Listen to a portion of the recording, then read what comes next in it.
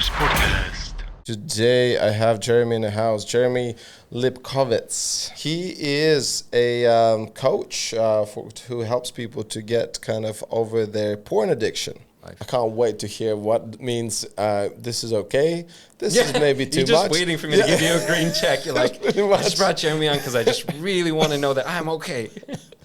5 times a day. Is that okay? If you watch Pornhub this amount of times, this is not okay. And how did they decide it? Well, and that's what's very fascinating and maybe also frustrating is there's no hard and fast rule based off of how many times you're watching or, you know, how long it is. Mm-hmm. It's really a self-diagnosis where you have to check in and say, what are the ways that this is influencing my life? So if every night you watch an hour of porn for 10 years, every night you are strengthening the neural pathways associated with craving, with lust, with wanting a new, woman or man, whatever it is you're looking at. And so you're strengthening those neural pathways where they become the habitual pathway. So my background is in genetics. So I used to be studying genetics. I was working on a PhD at Duke in genetics and genomics. And around that time, I started teaching meditation just for fun. And I just realized that I was more passionate about teaching people about mental health and wellness and how to understand what's going on in their mind. So someone who's a scientist. Are you a scientist? I would say so. Can I call you a scientist? I was a scientist. That's so sexy. Should I wear my scientist I have outfit? the first scientist in my podcast. I think so. I'm not sure. I had politicians. I had world leaders, but never had a scientist. But the great thing is that there's so many options for us to choose from. OnlyFans, there's so many flavors. Yeah. It's just like buying an ice cream nowadays. You just go, there's like 150 different flavors. Yeah. We're actually talking about ice cream.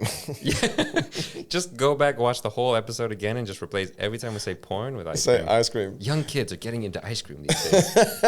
That's a good one. And, training as a Buddhist monk in Myanmar, started teaching meditation. So the background is really in meditation.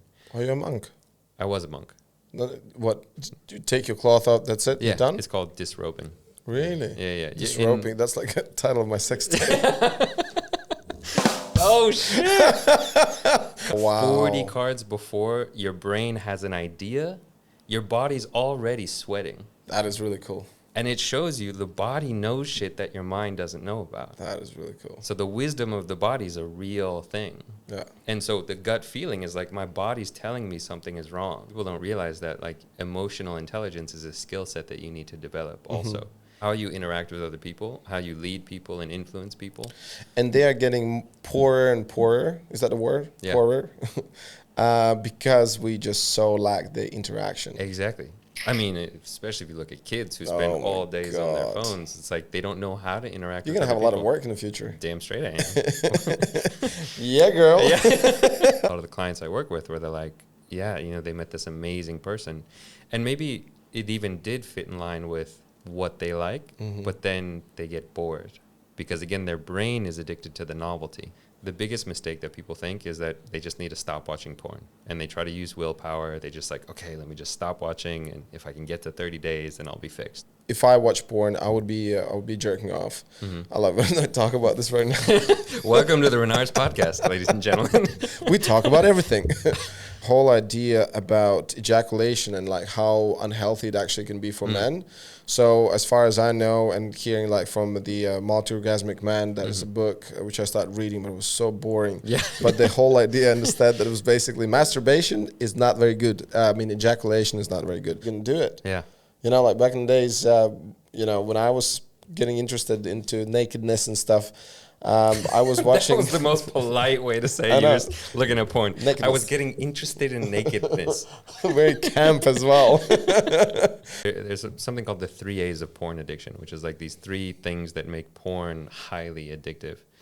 The accessibility is one, so you can just get it anywhere. Yeah. The affordability, it's free. Not all drugs are free, right? And then the anonymity. Like doctors are seeing an increased amount of young girls coming in with anal injuries. Wow. Which is insane, like 1,000-fold % increase. That's crazy. In young girls. Yeah. And it's because of what people are seeing in porn and thinking is normal and natural. Or maybe in those areas, just the Catholic churches are very strong. You can't just make porn illegal because, one, it won't work. It'll just go underground. You just need to educate people, you know, to teach kids that, hey, this is not reality, this is fantasy. Sexuality is celebrated, and you let go of the shame of sexuality is when you can actually have a healthy relationship to it.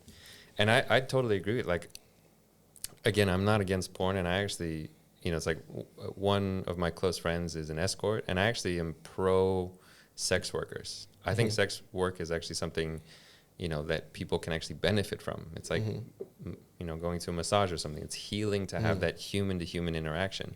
Most people who want to be life coaches think that, you know, what it means to be a coach is to tell people what to do. It's like, oh, I'm going to be a life coach because I know what people should do, and I'm going to tell this person how they can fix their problem. Real coaching, in my opinion, and in the opinion of the ICF, the coach isn't there to tell you what to do or give you opinions.